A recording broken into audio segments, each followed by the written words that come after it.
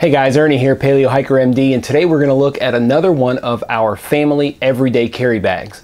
We've already had a video on my personal everyday carry kind of get home bag that I keep in my car, but why just put one in my car when my family, particularly my wife and my two kids, are in our other car most of the time? We have a minivan. It has a little storage unit, floor storage underneath where it can easily stay all the time, out of sight, out of mind, but always there if they need it. So today we're going to go over that everyday carry bag. Now, this bag is a little bit different than my bag.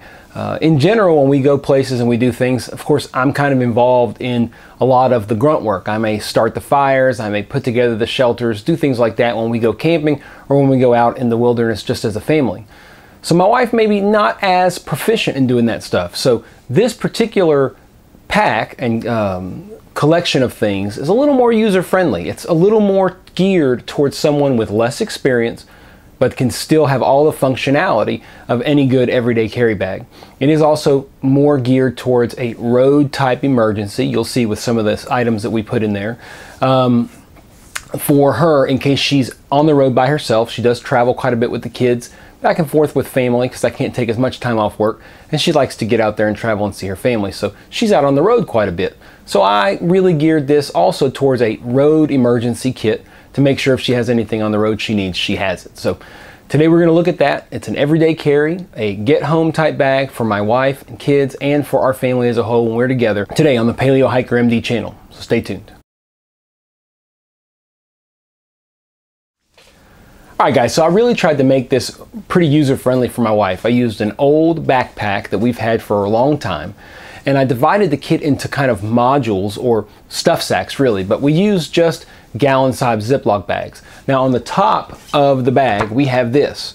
It is a list of everything in the bag, which particular Ziploc bag it is in, so she can easily find it. I put this together, she has seen it, she's looked over it, but of course she's not as intimately involved with putting it together as I am, so she doesn't know where everything is. So I made sure she knew where everything was with a really handy, this is laminated, so it was waterproof, and it'll sit at the top of the bag and she can open it up and say, okay, what do I need? I need some food, I need some water purification. She knows exactly where it is. Each of the Ziplocs, as you will see, is individually numbered and she can find it very easily. Again, trying to make it very functional and easy for her who didn't put it together and isn't used to doing this stuff as much as I am. So we're going to go ahead and look at every one of the bags individual and look and see what's inside of it, and then we'll wrap it up at the end. Alright guys, so here you can see everything kind of laid out. I'll give you all an overview of the pack and what's in it. There are 6 gallon Ziploc bags and one stuff sack on the bottom left there, and then a first aid kit, and lastly a cup with some fuel inside of it that sits outside of the bag because it can get smushed pretty easily, but I'll show you guys that later. So let's take a look at each individual bag now and see what's inside. Alright guys, so here's our first bag. It is number 1 and it's entitled Tools and Shelter. Now the general idea of this bag is things that you need to get things done as far as tools, and then a couple of quick shelters just in case. It's important to note that we live in central Louisiana. It's not exceedingly cold here much of the year, so the idea of needing super cold weather survival gear is really not at the top of our list. Usually we have the clothes on our backs that we need for the situation. We do probably carry a blanket or 2 in the car at all times, but as far as severe cold weather survival, we really don't do that. If we take the car up north into the cold, I probably would supplement this a little bit with more stuff. But here we have a 2-person survival blanket down here, a single-person survival blanket that we could easily fit 1 adult and a small child in. I have just a regular bandana, which has tons of uses. This is the carrying case for this Bear Grylls knife. It's got a serrated edge as well as a straight edge, and just a basic survival knife will definitely get things done. Doesn't take up too much room. I have one of my older multi-tools. This is a Gerber, probably one of the first ones that I ever had. It has plenty of tools on it, the main things you need. It has the pliers, it's got a file, it's got another blade, it's got screwdriver, all things like that, Phillips and flathead. And then lastly, we have a compass, just in case we need to navigate our way around a little bit better, something always good to have. So this is the first bag, tools and shelter. All right, so here is bag number 2. This is cordage. All things you need to put things together emergency-wise, fix certain items, or put together a shelter. We've got duct tape, a nice roll of duct tape. This happens to be camouflage duct tape, but it doesn't really matter. We have a brand new 100-foot pack of 550 paracord, very strong, high-quality paracord. We've got a bunch of cable ties. You can never use too many of those. And we also have just a survival bracelet, just a little bit extra bit of cordage that's easily traveled with, and it does have a survival whistle on the end. So this is bag number 2. Cordage, I think that we could easily add to this. The main thing would be some rubber bands or some Ranger bands, which would really help hold things together. But this is number 2, cordage. All right, bag number 3, this is obviously entitled food. This is not meant in any way to be an exhaustive amount of food. This is, again, just a kind of a get-home bag, but we do have some snacks and some calories.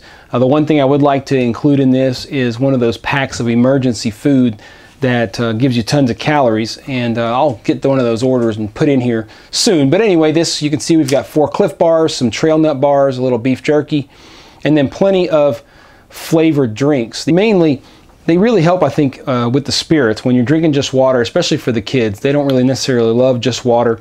And if you're in kind of an emergency situation, a nice flavored drink would really help their spirits, I think. So we carry plenty of that stuff. Again, including a little pre-sealed pack of emergency rations will be good in here, and that's certainly something that I'll be adding soon enough. But number 3 is food. All right, so this is bag number 4, appropriately labeled water and light. So over here we have our water section. We've got potable aqua, chlorine dioxide tablets to purify water. We also have a life straw, which is great because you can go to any source and just drink like a straw.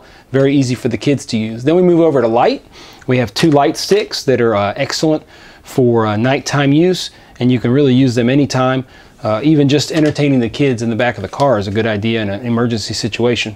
We also have a headlamp, which is absolutely invaluable. If you've ever tried to change a flat in the dark using just a regular flashlight, save yourself the trauma and just get yourself a good headlamp. And lastly is also a very good and high quality power flashlight.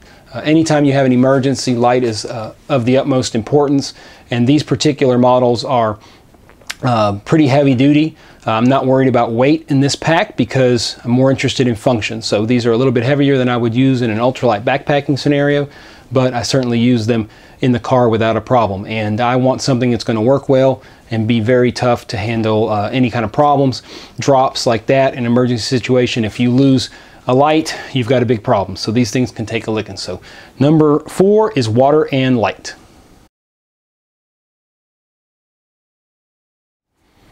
All right, bag number 5, as you can see, is fire. Now, some of you might look at this and say, this is crazy, you've got way too much redundancy, and you don't need all this stuff. But like I mentioned in the beginning, there's a strong chance that I may not be there with my wife and kids whenever they are in a situation of need to use this pack. So I want my wife to have as many different options as possible to get a fire started or to get water boiled as she absolutely needs. I want her to be able to do it without a problem. So we've got waterproof matches down here. We've got another little case with waterproof matches with a striker on the bottom. This will be nice if she just needs to take something with her. She can grab this and it'll stay waterproof. We have just a basic ferro rod with a striker. We've got 2 regular lighters. We've got 2 different emergency stoves. This is an Esbit stove. It also includes 4 Esbit cubes on the inside, as you can see. Do keep this inside of a plastic bag because these Esbit cubes pretty much stink. This is also, I believe this is a Coleman model. Does the same thing, a little bit different type of solid fuel, but same principle. Plenty of fuel in there to warm and boil water. You can also use these things just to warm your hands. If you're really cold, you can just put your hands around it and it really works well. And lastly is a whole slew of wet fire.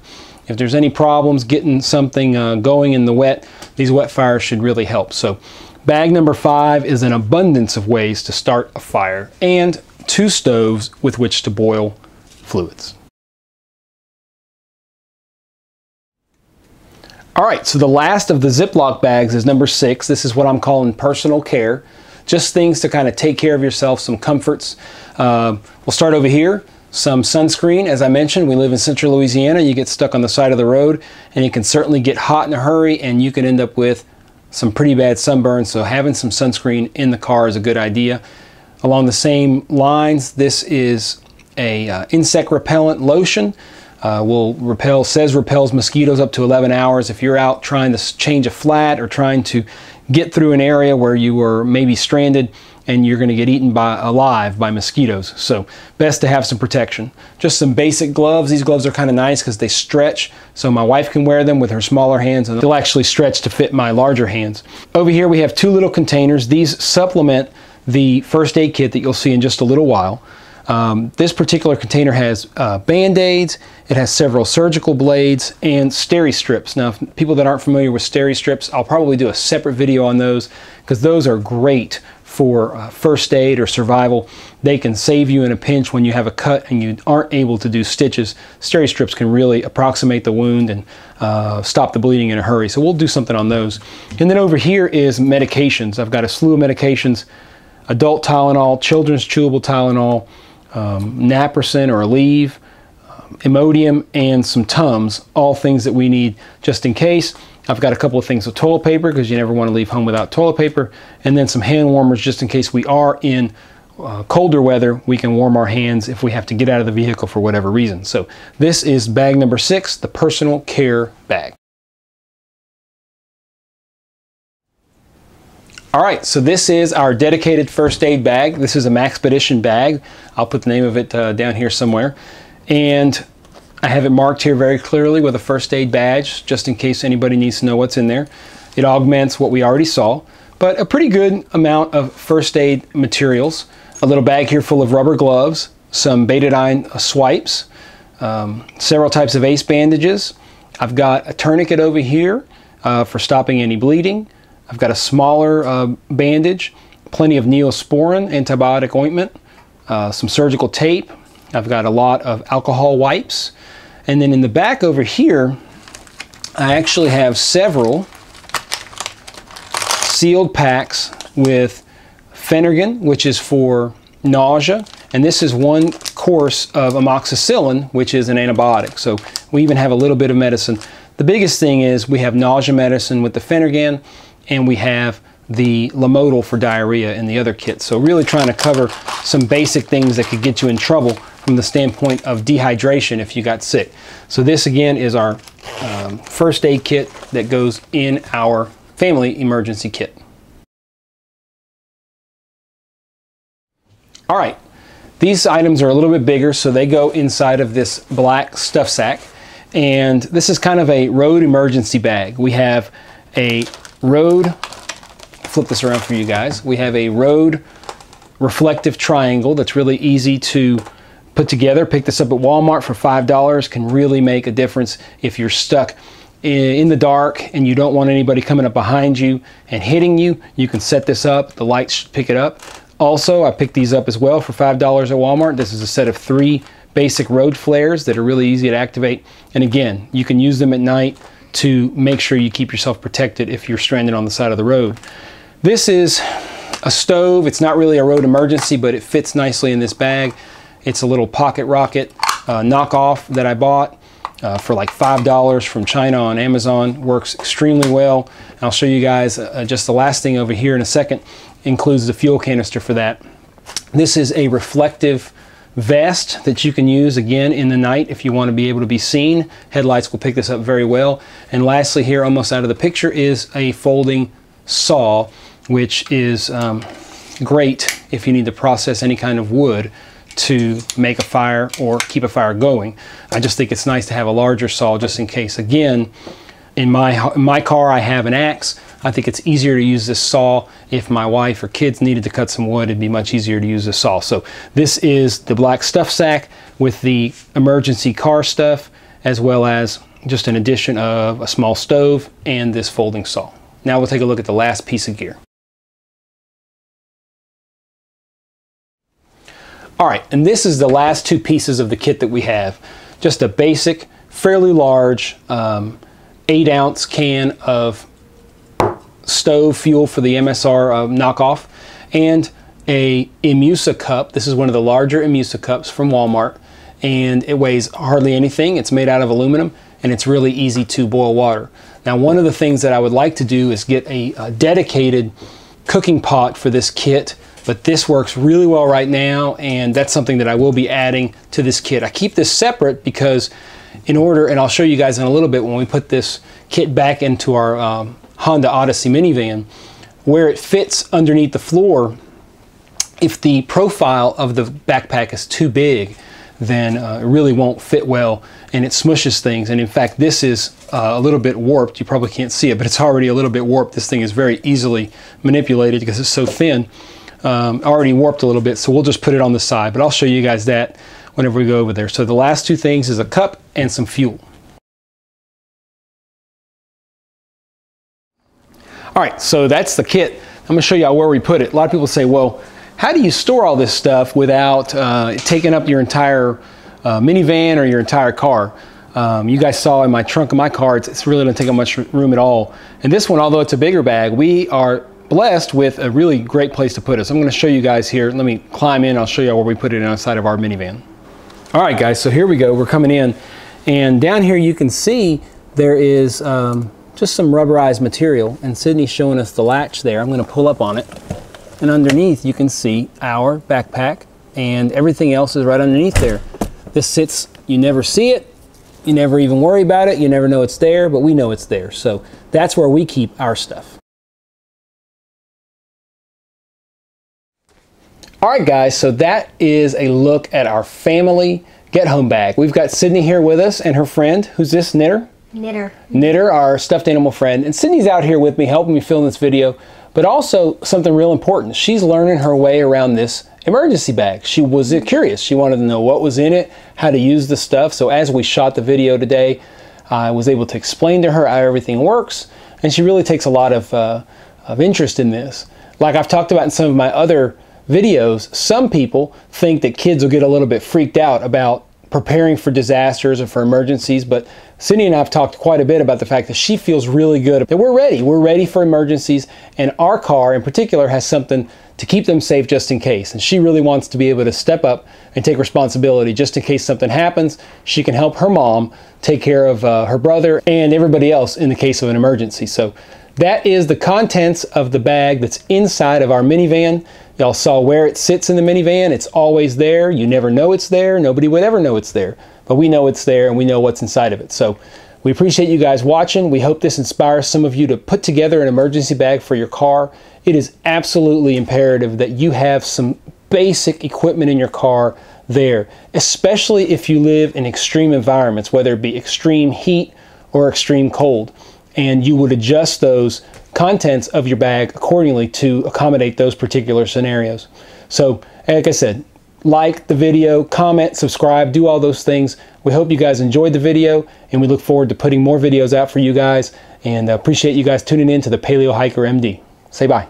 Hi.